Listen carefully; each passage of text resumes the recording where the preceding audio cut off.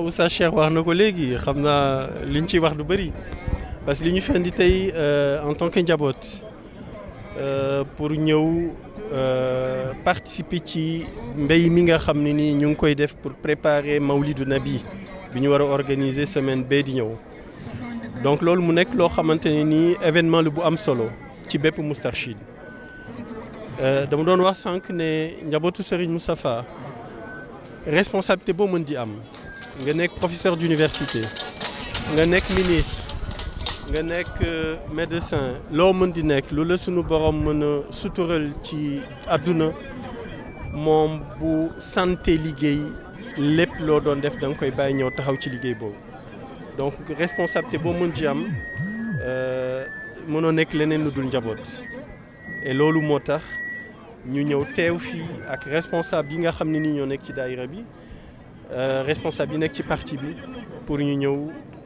def lu ñu mën ci liggéey bi nga xam ne nii ñu ngi koy pare pour sunu kilifa ki nga xam ne nii amuñu ko dul moom mu war a ñëw célébrer la nuit du destin la nuit bi nga xam ne nii moom la ñu jagleel sunu yonent bi tedd bi Mouhamadou Nabi sallallahu alayhi wa sallam.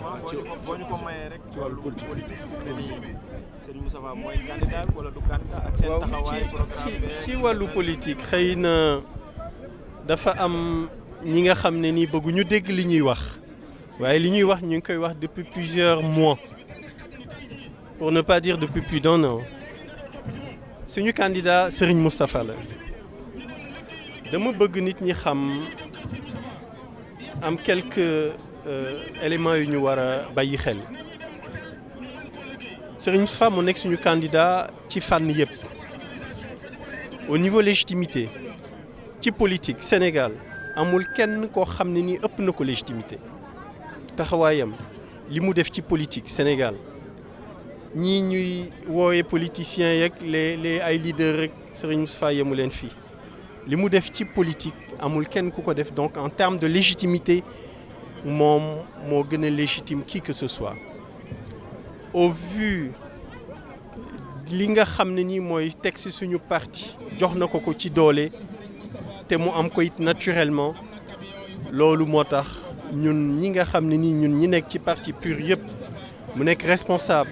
mu nekk militant mu nekk sympathisant ñu booloo def benn say wax ne Serigne Moustapha mooy suñu candidat waaye nag moom nekk na koo xam ne nii kenn du ko wax li muy def ñun en tant que responsable du parti en tant que militant en tant que sympathisant suñu yéene lañ ko wax moom mi nga xam ne nii moo ñu gën a xam li xew danañu wax naka la ñuy doxalee donc foofu la ñu toll mais bu dee parti boo xamante ne nii mooy parti bi gën a pare pour dem ci élection présidentielle yi mooy parti PUR déggu leen benn yoon mu nekk ñu nekk di wax ay waxu candidat di xuloo xëccoo kan mooy nekk suñu candidat puisque loolu c'est réglé déggu leen benn yoon ñuy wax waxi programme parce que c'est réglé suñu programme pare na depuis le 9 juillet 2023 suñu caution les femmes du mouvement des femmes du PUR dajale nañ caution puisque ñoom c'est des femmes yoo xam ne nii c'est des femmes engagées parce que jigéen li mu représenté ci société ñoom dañ ko xam dañu xam cër bi ñu am ci société xam cër bi ñu am aussi ci parti PUR ak cër bi leen Serigne Moustapha jox mettre leen en avant ñu nekk ay miroir ñu nekk ay ambassadrices loolu moo tax bi ñu nee dañuy dem ci élection yi ñoom ñu ne ñu caution ñoom ñoo koy toppatool candidat bi muy Serigne Moustapha donc ñoom nag caution boobu réglé nañ ko depuis bientôt 3 mois lan moo des outil parrainage ñun ñu ngi ci am nañu expérience bi puisque élection yi fi jàll yëpp parti PUR dafa am taxawaay bu mu am ci ba nga xamante ne ni ay parrains yoo am dañ ko valider donc am nañ ci benn expertise aussi bien au niveau du parrainage citoyen ak parrainage parlementaire donc on est prêt donc fi mu nekk nii ñu ngi ci terrain bi aussi depuis lu toll ak 2 mois ñu ngi ci terrain bi ni ñuy doxalee ci terrain bi c'est très simple pour que sénégalais yëpp xam ko parti PUR dafa nekk parti boo xam ne nii dafa bàyyi xel ay élus bu ñu fekkee ne def nañu am nañu taxawaay ba suñu ay élus ñu fal leen askan bi fal leen du ñu leen bàyyi Donc, de concert avec la responsable nationale de la conférence des élus, le docteur Maïmouna Sow, dañuy def chaque week-end ñu dem ci benn région la ñu tudd en termes d'organisation xam nañ ne aussi acte 3 de la décentralisation waxatul région mais en termes d'organisation loolu moo tax chaque week-end dañuy dem ci benn région dajale suñu élus yi ñu fa am yëpp ñu laaj leen lan la ñuy rencontrer ci collectivité locale bi ñu nekk difficulté yi ñu fay rencontrer suñu ñu waxee difficulté yi ñu fay rencontrer wax leen aussi ñoom ñu fàttali leen lan moo nekk seen mission parce que boo nekkee élu local da nga war a jege sa askan boo nekkee élu local da nga war a bàyyi xel sa askan bi nga xam ne nii moo la fal parce que su fekkee dañ la taamu ci gox jiital la lépp looy def da nga war a bàyyi xel sa askan donc loolu lañ leen di fàttali wax leen ne leen politique nekkul leneen lu dul un sacrifice bu nga xam ne nii bépp Sénégalais daf koy def c'est pas un ascenseur social c'est pas loo xam ne nii da nga ci war a am privilège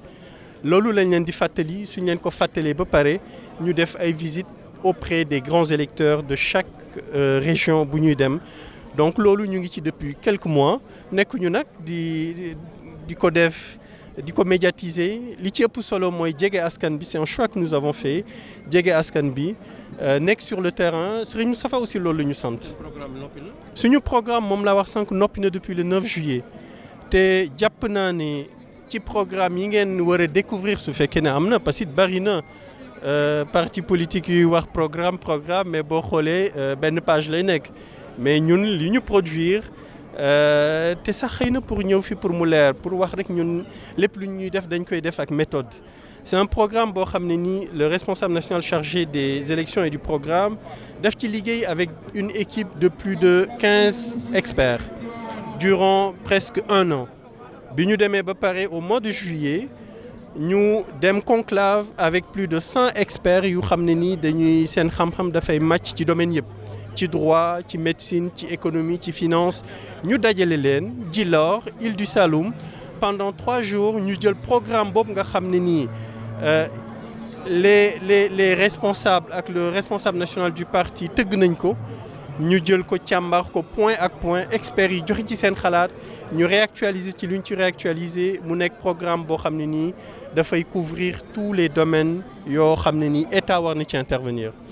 donc en un mot parti PUR su ñu jëlee nguur gi incha allah en 2024 xam nañu fu ñuy teg seen tànk xam nañu fu ñu jëm puisque seen programme pek nañ ko maîtriser nañ ko programme la boo xam ne nii bu leen ko découvrir di ngeen xam ne liggéey nañu jërëjëf. Merci. S'il vous plaît. C'est Charmet Tidiane Youm, secrétaire général du Parti du Rassemblement. Donc, nous sommes venus ici en tant que Moustarchid, en tant que militant, pour participer au désherbage des champs de course.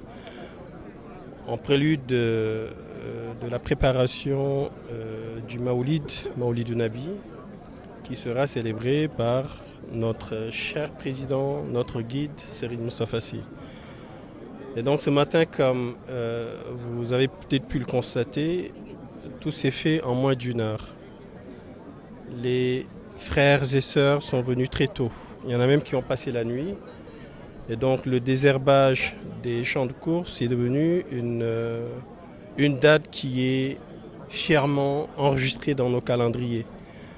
Donc, comme vous avez pu le voir, cet engouement illustre simplement l'engagement, la fierté que nous avons à être aux côtés de notre président Serigne Moustapha Sy. Et c'est parce qu'ils sont engagés qu'ils ont pu le faire en moins d'1 heure. Et croyez-moi, c'est des frères et sœurs qui sont venus de partout sur le territoire national. J'ai échangé tout à l'heure avec une sœur qui est venue de Richard Toll. Richard Toll et Tivaouane, c'est pas à côté. Donc c'est juste parce que elle est consciente de ce qu'elle doit faire dans le cadre de son tarbiya. Et donc c'est la raison pour laquelle tous les frères et sœurs sont venus de très loin sur tout le territoire national pour venir participer à ce désherbage, comme je l'ai dit tantôt, qui est ancré sur nos calendriers individuels. On a vu ces milliers de jeunes. Qu'est-ce qui motive même cet engagement? Ce qui les motive, c'est juste parce que c'est Serigne Moustapha. Serigne Moustapha, je pense qu'on ne va plus le présenter aux Sénégalais. Tout le monde sait ce qu'il a fait, ce qu'il représente et ce qu'il continue de faire. Et comme vous avez pu peut-être le constater partout sur le territoire national, nos frères et sœurs moustarchides représentent quelque chose. La dignité, la discipline, l'organisation, le courage, l'abnégation. Donc ce sont ces valeurs que Serigne Moustapha nous inculque. Et étant fier d'être ses condisciples, à chaque fois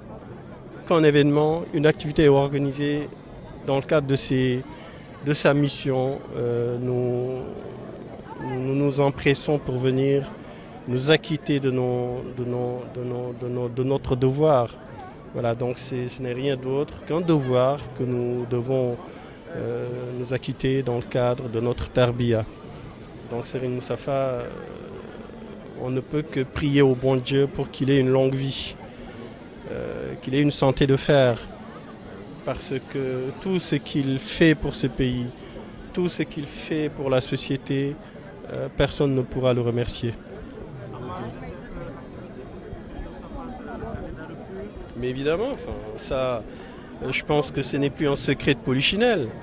Nous ne cessons de dire que notre candidate, c'est Serigne Moustapha. Le PUR, nous tous responsables du parti, militants, sympathisants, lui avons demandé d'être notre candidat. Il va nous le dire. Il nous le dira. Mais notre volonté à nous, c'est qu'il soit notre candidat. Et toutefois, si tant est qu'il souhaite choisir quelqu'un d'autre, il nous le dira. Nous serons à ses côtés. S'il souhaite mettre en place une coalition, il nous le dira. Nous exécuterons ses instructions. Est-ce que vous êtes en train de travailler sur un programme? On n'est pas en train de travailler sur un programme, on a déjà travaillé sur un programme. Le programme, il est terminé depuis le 9 juillet 2023. Notre programme est terminé. Le calendrier républicain pour les parrainages, c'est le 27. Mais nous avons pris toutes les dispositions pour pouvoir obtenir le nombre de parrains demandés au niveau par la Constitution, par le Code électoral. Pour la caution, tout est fin prêt et nous sommes sur le terrain depuis plusieurs mois. Donc s'il y a un parti qui est prêt pour aller à ces échéances présidentielles de 2024, c'est le parti PUR. Mais bon, on n'est pas là à crier à haute voix qu'on est en train de faire telle ou telle chose, mais nous sommes sur le terrain. Notre programme est prêt. Dans les jours à venir, nous allons le lancer. Le président nous dira parce que comme je l'ai dit et je ne cesse de le répéter, notre volonté est qu'il soit notre candidat. Après, il a les attributions de nous donner, ou bien de nous donner l'orientation, de nous dire qui sera le candidat. Et quelle que soit la personne qui sera choisie, tout le parti de l'unité du rassemblement, ses militants, ses sympathisants seront derrière ce candidat-là pour faire le nécessaire, pour pouvoir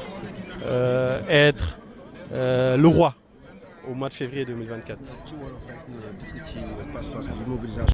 comme ni ngeen ko daan defee ngeen defaat noonu tey nettoyage bi taalibe yi ñëw nañ en masse mën nga ñëwaat ci solo si. waaw solo si mooy chaque année taalibe yi dañ fiy daje njaboot gi dañ fiy daje fii ci champ de course pour nettoyer ko. ñi ngi ko daan def depuis ay années depuis Serigne Cheikh Ahmed Tidiane Sy di animé gàmmu gi fii ba tey jii mu tàbbi ci loxo Cheikh Seydi Mouhamadul Moustapha Sy mu nekk benn acte boo xam ne nii bokk nañ ne ci premier acte yi nga xam ne nii ci la ñuy waajale gàmmu gi ci la bokk. Serigne Cheikh nag daf daan wax ne waajal gan dana tax ñu xam gan gi mooy kan gan gi ñuy waajal juddoom nag mooy Seydina Muhammad sallallahu alayhi wa sallam ñu koy waajale fii ci Tivaouane di ko waajale ci présence su suñu kilifa Cheikh Seydi Mouhamadul Moustapha Sy waajal gàmm nag dañuy faral di wax ne da nga ko waajal mystiquement muy ruuxiyan sa ruux dana ko waajal sa xol dana ko waajal sa xel dana ko waajal mais barab bi nga xam ne fi nga war a accueillir gan yi war fee accueillir suñu responsable moral ak ay invité am laaj na tamit ñu nettoyer ko moom moo tax nga gis ñu ñëw fii defe naa ci fajar am na ñoo xam ne sax fi lañ fanaan nettoyer course bi nga xam ne nii bi ko doyen Matar di mesurer daaw daf ne woon mat na lu mu gàtt 10 hectares en moins d'1 heure de temps pratiquement bay nañ ko ba mu set ñi nga xam ne sax dañoo xaw a tardé bi ñu ñëwee fekkuñu fi dara loolu nag dafay tekki ne njaboot yu engagé njaboot yu am pas-pas njaboot yu am dogu ñoom ñoo fi daje te damay wax ne loolu ku ci nekk yëg-yëg bi nga am mooy li la Serigne Moustapha ji tey jii ku ci nekk yëguloo tàngoor yëguloo ñaqaay yëguloo métit ndax lan ndax pas-pas bi nga am ci Serigne Moustapha te pas-pas boobu fanatisme lalu ko pas-pas boobu par lalu ko xam nga lan moo ko lal ku ci ne da ngaa yëg li la Serigne bi jaral ak lim def ci yow ba nga xam ne nii fu mu la woo nga wuyu ko course bi tey bu fekkoon ne 10 fois la lii tamit yaakaar naa ni balay midi dana set ngir yàlla ak pas-pas bi nga xam ne nii moom moo nekk ci njaboot gi nga xam ne ñoom ñoo fi wuy si kon nag ñoom ñëpp ñu ngi leen di sant ci turu Serigne bi di ñaan yàlla aussi ñu fekkee gàmmu gi ak jàmm message bi ñu sëñ kilifa daan joxit moom lañ leen di jox mooy li mu ñu sant mooy ñu nekk nit ñu yaru moo ñu nekk nit ñu dal moo ñu nekk nit ñu xam suñ bopp mooy ñu nekk nit ñu xàmmee rawatina jamono bu nekk nag waaye rawatina bu ñu nekk fii ci Tivaouane nekk fi aussi ci ferveuru mawlid bi kon nag ñi ngi ñaanal njaboot yëpp ñu agsi ci jàmm fekk fi suñu responsable moral encore une fois mu waxal ñu ci yaa rasulallah comme ni mu koy defee chaque année incha allah waaw. Merci beaucoup. Merci. Merci.